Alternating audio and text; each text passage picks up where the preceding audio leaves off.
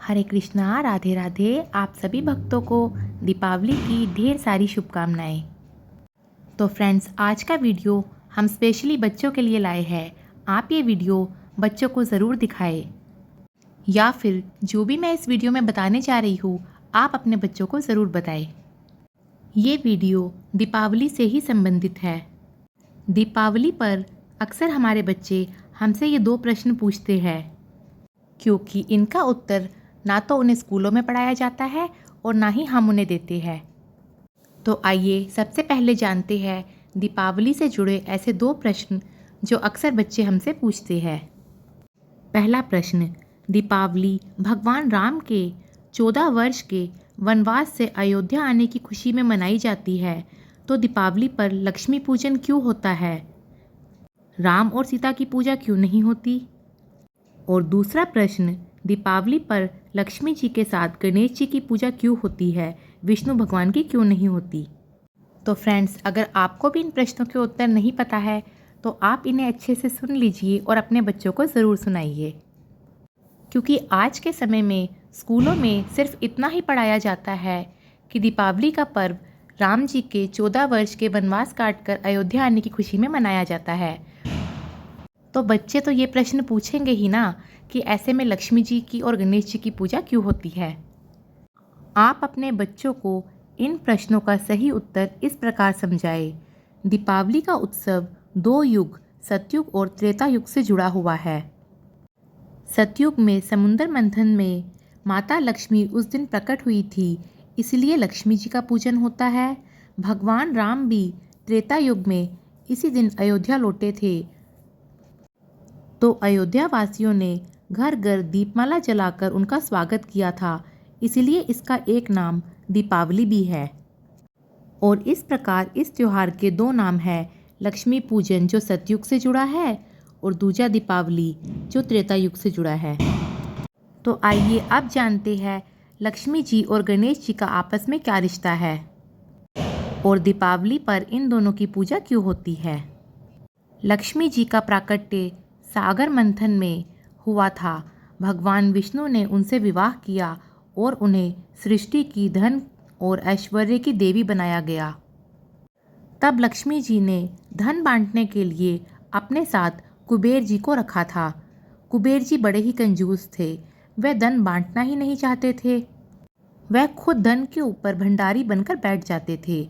माता लक्ष्मी इस बात से बहुत ही परेशान थी, क्योंकि वह अपने भक्तों को धन नहीं दे पा रही थी। उन्होंने अपनी व्यथा भगवान विष्णु को बताई। भगवान विष्णु ने कहा, तुम कुबेर के स्थान पर किसी अन्य को धन बांटने का काम सौंप दो। तब माता लक्ष्मी बोली कि यक्षों के राजा कुबेर मेरे परम भक्त हैं, उन्हें बुरा लगेगा। तब भगवान विष्णु ने उन्हें गणेश जी की विशाल बुद्धि को प्रयोग करने की सलाह दी। माँ लक्ष्मी ने गणेश जी को भी कुबेर के साथ बिठा दिया। अब गणेश जी ठहरे महाबुद्धिमान। वे बोले, माँ, मैं जिसका भी नाम बताऊंगा उस पर आप कृपा कर देना, कोई किंतु परंतु मत करना। माँ लक्ष्मी ने हाँ कर दी।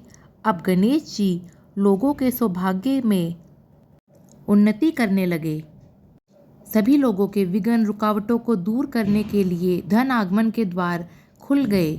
कुबेर भंडारी देखते रह गए। गणेश जी कुबेर के भंडार का द्वार खोलने वाले बन गए। गणेश जी की भक्तों के प्रति ममता कृपा देखकर माँ लक्ष्मी ने अपने मानस पुत्र गणेश को आशीर्वाद दिया कि जहाँ वह अपने पति नारायण के संग ना हो, वहाँ उनका पुत्र गणेश उनके साथ रहेंगे। तो भक्तों, दीपावली आती है कार्तिक अमावस को, और इस समय भगवान विष्णु अपनी योग निद्रा में होते हैं। वे जागते हैं दीपावली के 11 दिन बाद देवउठनी एकादशी को। माँ लक्ष्मी को इस समय पृथ्वी भ्रमण करने के लिए आना होता है।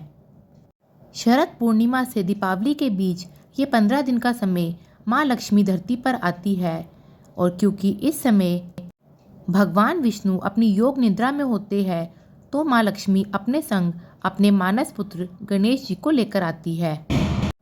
इसीलिए दीपावली को लक्ष्मी गणेश की पूजा होती है। तो फ्रेंड्स, आई होप आपको दोनों ही प्रश्नों के उत्तर मिल गए होंगे कि दीपावली पर लक्ष्मी गणेश जी का पूजन क्यों होता है, विष्णु भगवान क्यों नहीं होते, राम और सीता की पूजा इस दिन क्यों नहीं होती।